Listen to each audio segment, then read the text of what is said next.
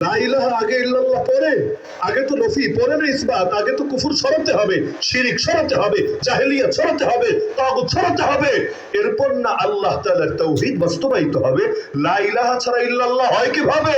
আরে লা ইলাহার মানেই তো হলো লা ইলাহা এমন এক তরবারি, যে তরবারি চলবে কুফরের উপরে, শিরিকের উপরে, জাহেলিয়াতের উপরে। ওয়াকাতিলুহুম হাত্তা লা তাকুনা ফিতনা ওয়া ইয়াকুনা দ্বীন কুল্লুহু লিল্লাহ। লড়াই চলবে যতদিন না এক নম্বরে ফিতনা নির্মূল হয়, দুই নম্বরে আল্লাহর জন্য দিন প্রতিষ্ঠিত হয়। ফিতনা নির্মূলের কথা আগে, দিন কায়েমের কথা পরে। কেন? যতদিন ফিতনা থাকে দিন কায়েম করা যায় না, দিন কায়েমের স্বপ্ন স্বপ্নই থাকে। এজন্য বাংলাদেশ এত পরিমাণ মাহফিল হয় এই দেশে, পৃথিবীর দ্বিতীয় কোনো দেশের অর্ধেক মাহফিল হয় না।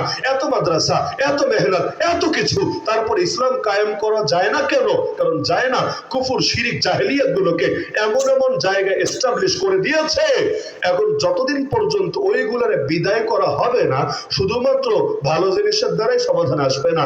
রং টিকাতে চাইলে আগেরটা ঘষে উঠায় নিতে হবে, আগেরটা না ঘষে উপর দিয়ে যতই মারেন সেই রং টিকবে না। দিল থেকে শিরিক বের করতে পারবেন না, তা আপনি যতক্ষণ গিয়া ওর জন্য দোয়া করে দিয়ে আসতে পারবেন ততক্ষণ ভালো হুজুর। কিনা আবার কাশিমপুরে চালান করে দিয়েছে। চোখের সামনে বাস্তবতা, যাদের দোয়া নিয়ে চলেছে, দোয়া, তাদের সাথে আচরণ। এই গত শুক্রবারের আগের শুক্রবার বাংলাদেশে কয়েক ডজন ইমাম আর খতিবের চাকরি গেছে একদিনে। কিসের জন্য জানেন? এক মহা অপরাধ করেছে। সে অপরাধের নাম ISKCON, international society for Krishna consciousness, বাংলায় বলে আন্তর্জাতিক কৃষ্ণ ভাবনামৃত সংঘ। 1966 সালে আমেরিকায় যেটা প্রতিষ্ঠা, ভারতেও না। হিন্দুদের সংগঠন বলে, আসলে হিন্দুদের সংগঠন না, হিন্দুত্ববাদী সংগঠন প্রতিষ্ঠা হয়েছে আমেরিকায় বেশি দিন আগে না, মাত্র 1966-তে। এটার বিরুদ্ধে কেন বয়ান করেছে, এজন্য কয়েক ডজন ইমাম খতিবকে মসজিদ থেকে বিদায় করে দেওয়া হয়েছে।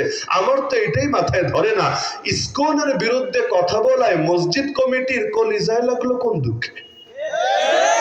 ইসকনের বিরুদ্ধে বললে রয়ের লাগতে পারে, ইসকনের বিরুদ্ধে বললে ওর দালালদের লাগতে পারে, তাহলে মসজিদের সভাপতি, সেক্রেটারি আর ক্যাশিয়ার আরো যারা তোমরা আছে, এরা আসলে কোন ঘাটের পানি খেয়েছে?